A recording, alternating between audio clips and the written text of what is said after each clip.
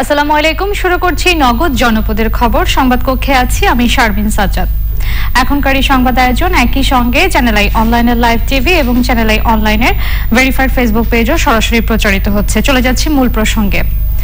সেতু না থাকায় অনেকটা বিচ্ছিন্ন হয়ে পড়েছে মাদারীপুর সদর উপজেলার ২০ গ্রামের মানুষ। আড়িয়াল খাঁ নদে ঝুঁকি নিয়ে ট্রলারে পার হতে হচ্ছে তাদের। সমস্যা সমাধানে সেতু নির্মাণের আশ্বাস দিয়েছেন স্থানীয় প্রশাসন। মাদারীপুর প্রতিনিধি রাহাত হোসেনের রিপোর্ট। মাদারীপুরের আড়িয়াল খাঁ নদের উপরে লঞ্চঘাট এলাকায় একটি ব্রিজ না থাকায় দুর্ভোগে পড়েছেন সদর উপজেলার পাঁচখোলা, মহিষেরচর, শিলাচর, কালিকাপুর সহ ২০টি গ্রামের প্রায় ৫০,০০০ মানুষ। শহরের সাথে এসব এলাকার মানুষের যোগাযোগের একমাত্র মাধ্যম নৌকা ও ট্রলার। সন্ধ্যার পর এমনকি মাঝে মধ্যে দিনের বেলায়ও পাওয়া যায় না নৌযান। ব্রিজটা হলে যেরকম তাড়াতাড়ি মাদারীপুর যাওয়া যায় এবং হাসপাতালে যাওয়া যায়। স্কুল কলেজের ছাত্রছাত্রীরা এই নদী দিয়ে পার হইতে হয়। বর্ষাকালে বিভিন্ন ট্রলার দুর্ঘটনা ঘটে। সময়তে ট্রলার পাওয়া যায়, সময়তে পাওয়া যায় না, ঝড় বৃষ্টি।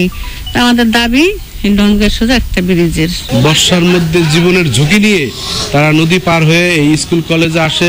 স্কুলে যাতায়াতের সময় অনেক সময় নৌকা পাই না, তারপর অনেক দেরি হয়ে যায়। খেওয়া ফেল করলে আমাদের আধা ঘন্টা লেট হয়ে যায়।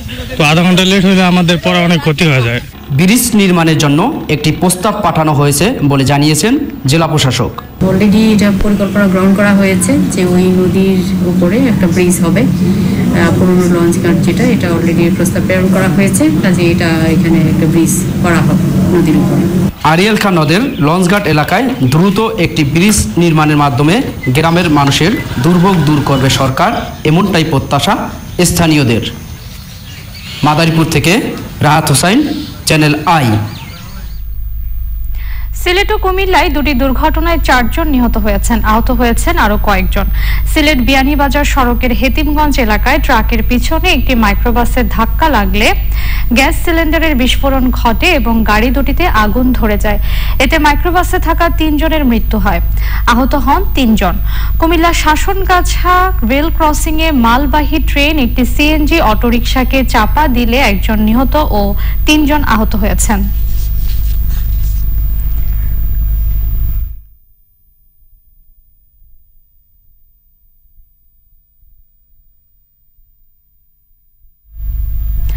ধামরাই পৌরসভা নির্বাচনের একদিনের মাথায় এক পরাজিত কাউন্সিলর প্রার্থীর সমর্থকদের বাড়িতে হামলা করেছে দুর্বৃত্তরা। স্থানীয়রা জানান, মঙ্গলবার রাত 9:30টার দিকে দেশীয় অস্ত্র নিয়ে প্রায় 150 লোকের একটি দল বিভিন্ন বাড়িতে ঢুকে হামলা চালায়। পরাজিত প্রার্থীর সমর্থকদের পাশাপাশি গ্রামের সাধারণ মানুষের উপরও হামলা ও লুটপাটের ঘটনা ঘটে।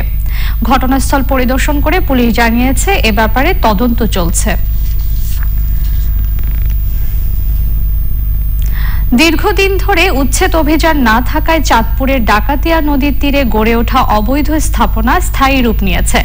নদী দখল করে গড়ে উঠেছে বালু মহল ও ডকইয়ার্ড সহ বিভিন্ন স্থাপনা। বিআইডব্লিউটিএ বলছে উচ্ছেদ অভিযানের জন্য প্রক্রিয়া চলছে।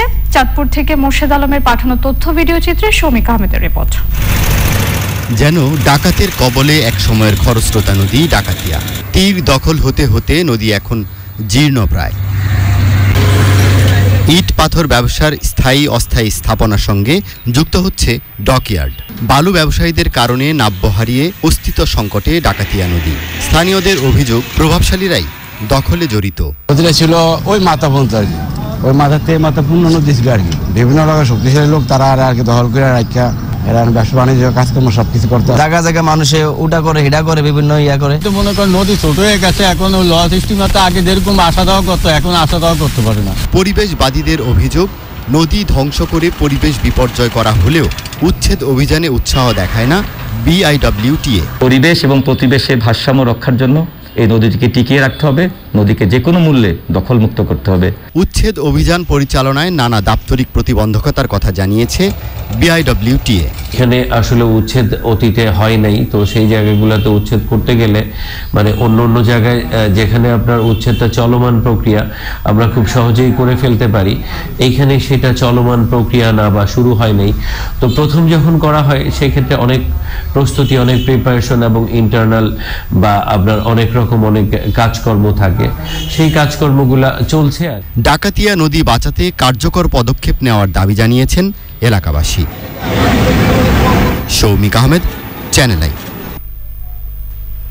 এবারে প্রতিনিধিদের পাঠানো তথ্য ভিডিও চিত্র রয়েছে সুমন সরওয়ারের ডেস্ক রিপোর্ট। বরিশালের জেলা প্রশাসনের উদ্যোগে শিশু পার্কের উদ্বোধন ও কম্বল বিতরণ হয়েছে। প্রধান অতিথি ছিলেন জেলা প্রশাসক SM অজিউর রহমান। ভোলায় সমাজসেবা অধিদপ্তরের আয়োজনে দলিত সম্প্রদায়, তৃতীয় লিঙ্গ ও পিছিয়ে পড়া জনগোষ্ঠীকে বিনামূল্যে কম্পিউটার ও ড্রাইভিং প্রশিক্ষণের উদ্বোধন হয়েছে। সাতক্ষীরার আশাশুনি উপজেলার আনুলিয়া ব্লাড ব্যাংকের পক্ষ থেকে ঘূর্ণিঝড় আমপান দুর্গত এলাকায় শীতবস্ত্র বিতরণ করা হয়েছে। গাইবান্ধার সুন্দরগঞ্জের হরিপুরে শাহাদুল ইসলাম হত্যা মামলায় শফিকুল ইসলামকে ষড়যন্ত্রমূলক আসামি করার প্রতিবাদে এবং ওই হত্যাকাণ্ডের সাথে জড়িত প্রকৃত আসামিদের বিচারের দাবিতে মানববন্ধন ও বিক্ষোভ হয়েছে।